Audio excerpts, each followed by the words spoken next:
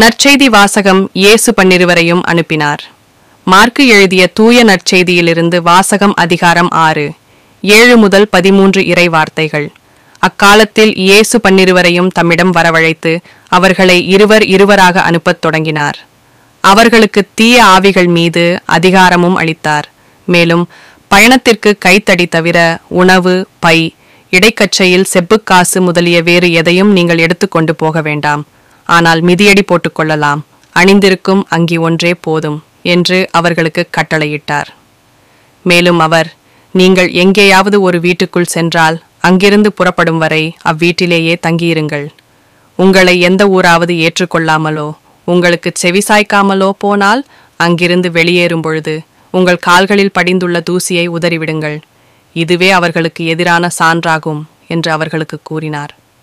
அப்படியே அவர்கள் புறப்பட்டுச் சென்று மக்கள் மனம் மாற வேண்டும் என்று பறைசாற்றினார்கள். பல பேய்களை ஓட்டினார்கள். உடல் நலமற்றோர் பலரை எண்ணெய் பூசி குணப்படுத்தினார்கள். ஆண்டவரின் அருள்வாக்கு.